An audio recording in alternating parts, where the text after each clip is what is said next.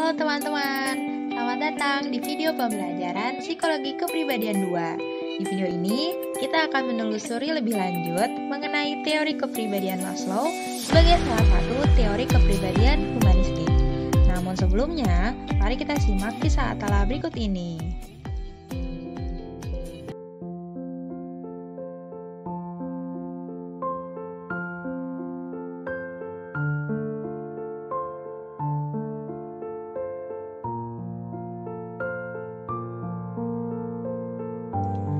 Dia adalah Atala, seorang mahasiswa tingkat akhir di sebuah universitas.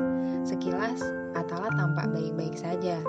Walau ia bukanlah mahasiswa brilian dengan segudang prestasi, Atala masih menunjukkan usaha terbaiknya dalam perkuliahan. Namun, akhir-akhir ini, Atala merasa ada yang salah dalam dirinya. Ia selalu merasa gagal dan tidak berguna. Lama-kelamaan, Atala tidak lagi bersemangat untuk berkuliah, bersosialisasi dengan teman-temannya, maupun mengurus kehidupan pribadinya. Atala tidak mampu mengembangkan dirinya. Dia merasa dirinya tidak lagi utuh, tidak tahu apa tujuannya dalam hidup, serta tidak dapat memutuskan sendiri hal-hal penting dalam hidupnya. Pada akhirnya, Atala merasa hidupnya terhenti dan tenggelam dalam kehampaan.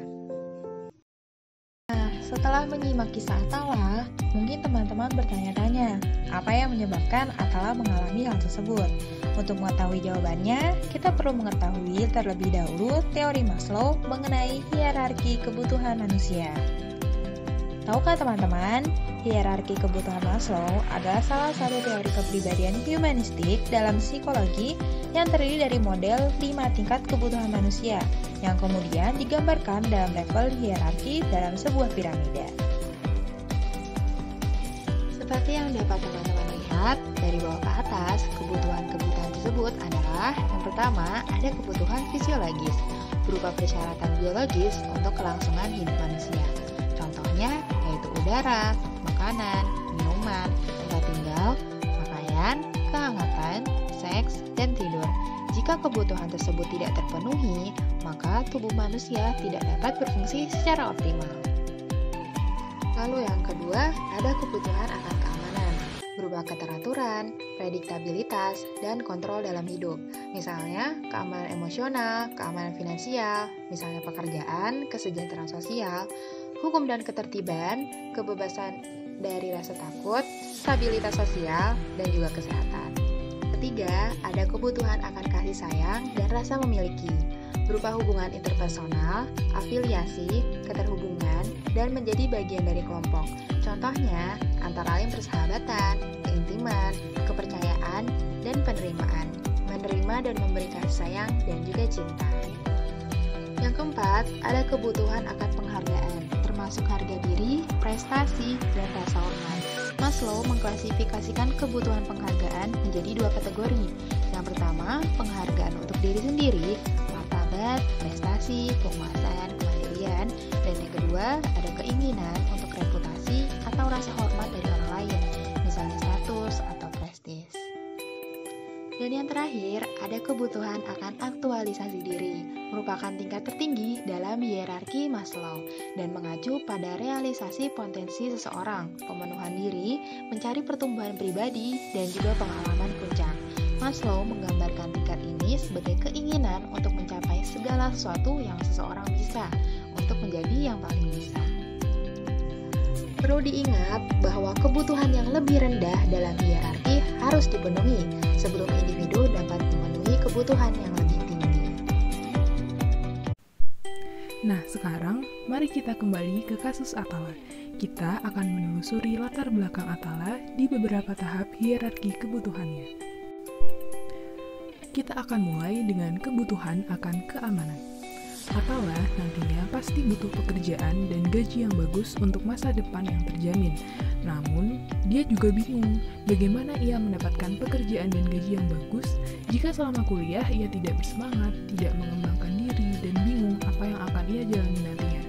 Nah, dalam hal ini, Atala belum mencapai keamanan finansial, dalam hal ini pekerjaan dan kesejahteraan sosial. Kebutuhannya akan prediktabilitas dalam hidup dan keterjaminan masa depan masih belum terpenuhi, sehingga dia tidak merasa aman. Selanjutnya adalah kebutuhan akan cinta dan rasa memiliki.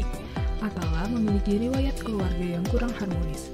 Sejak remaja, ia tidak mendapatkan kasih sayang orang tua secara utuh akibat perceraian orang tuanya yang berlanjut menjadi konflik berkepanjangan. Atala merasa orang tuanya tidak pernah hadir secara emosional untuknya. Dalam hal ini, Atala kurang mendapatkan kasih sayang dan cinta dari orang tuanya, sehingga kebutuhannya akan hubungan interpersonal, afiliasi, dan keterhubungan tidak terpenuhi. Hal ini juga yang mengakibatkan Atala mengalami kesulitan dalam berinteraksi dengan teman-temannya. Ternyata tidak sampai di situ, Atala juga mengalami defisiensi dalam kebutuhan akan penghargaan. Atala memiliki orang tua yang otoriter. Orang tuanya memaksa Atala untuk berkuliah di jurusan yang tidak ia inginkan. Bahkan, kesehariannya pun diatur secara ketat oleh orang tuanya. Atala tidak pernah diberikan kesempatan untuk memilih jalan hidupnya dengan bebas. Semuanya diatur oleh kedua orang tuanya. Dalam hal ini, Atala kurang mendapatkan penghargaan diri sendiri, berupa kemandirian dalam mengambil keputusan penting dalam hidupnya. Pola asuh orang tua yang otoriter ini membuat Atala tidak memiliki ruang untuk dapat bersikap mandiri dalam menyuarakan pendapat dan mengambil keputusan secara mandiri. Seperti yang sudah kita tahu, Atala mengalami defisiensi pada kebutuhan akan keamanan, cinta dan rasa memiliki, serta kebutuhan akan penghargaan. Ketika kebutuhan-kebutuhan yang lebih mendasar tersebut tidak terpenuhi, Atala tidak dapat mencapai tahap kebutuhan yang lebih tinggi, yaitu kebutuhan akan aktualisasi diri.